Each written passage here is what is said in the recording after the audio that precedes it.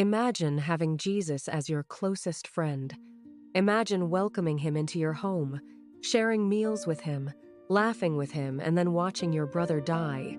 But what happened next became one of the greatest miracles in the Bible, a sign that still gives Christians hope today. This is the remarkable story of Saints Lazarus, Martha, and Mary of Bethany. Just 2 miles from Jerusalem lay the quiet village of Bethany. It was there that 3 siblings opened not only the doors of their home, but also the doors of their hearts to Jesus Christ. Unlike many who followed Jesus from a distance, Lazarus, Martha, and Mary had a personal friendship with him. Their home became a place where Jesus could rest after preaching to the crowds. Away from the conflict in Jerusalem, he found peace, hospitality, and genuine friendship. Scripture even tells us something extraordinary. Jesus loved Martha and her sister and Lazarus. This is one of the few places where the gospel explicitly says Jesus loved particular individuals by name. Martha is often remembered as the busy hostess. In Luke's gospel, she welcomed Jesus into her home and immediately began serving him. While she worked tirelessly preparing food and caring for her guests, her sister Mary sat quietly at Jesus' feet, listening to his teaching.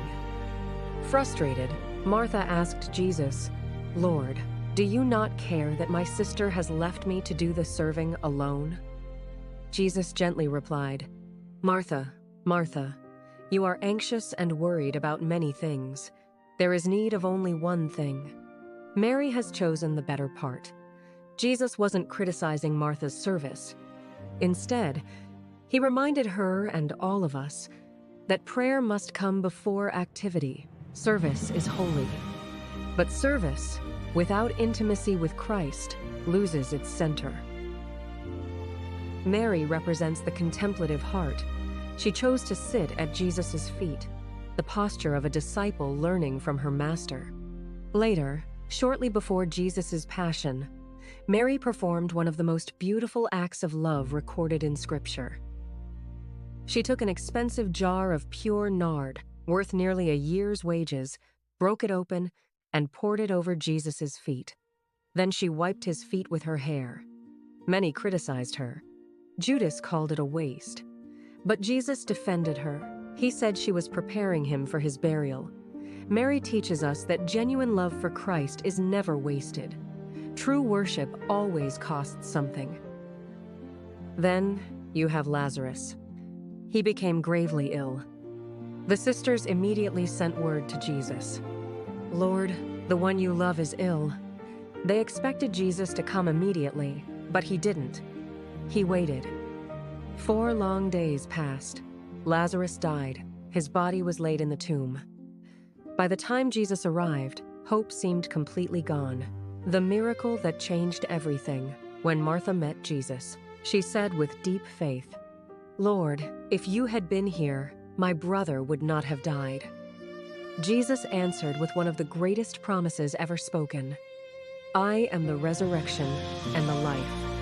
Whoever believes in me, even though he dies, will live." Standing before the tomb, Jesus commanded that the stone be removed. Despite objections that the body had already begun to decay, Jesus prayed to the Father and cried out with a loud voice, "Lazarus, come out!" And the impossible happened. Lazarus walked out alive, still wrapped in burial cloths. Death itself obeyed the voice of its creator. This miracle became the final public sign before Jesus' own passion. It pointed to an even greater victory, the resurrection of Christ. According to one long-standing Western tradition, Lazarus, Martha, and Mary traveled by boat without sails or oars, guided only by God's providence, eventually reaching southern France. Lazarus is traditionally believed to have become the first bishop of Marseille, faithfully preaching the gospel until he was martyred. The lives of Lazarus, Martha, and Mary reveal 3 paths every Christian is called to embrace. Martha teaches us to serve Christ with generous hands.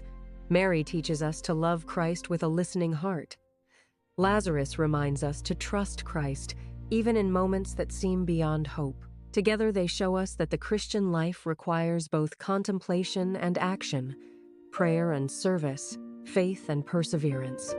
Most importantly, their story reminds us that Jesus is not only Lord over life, he is Lord over death itself.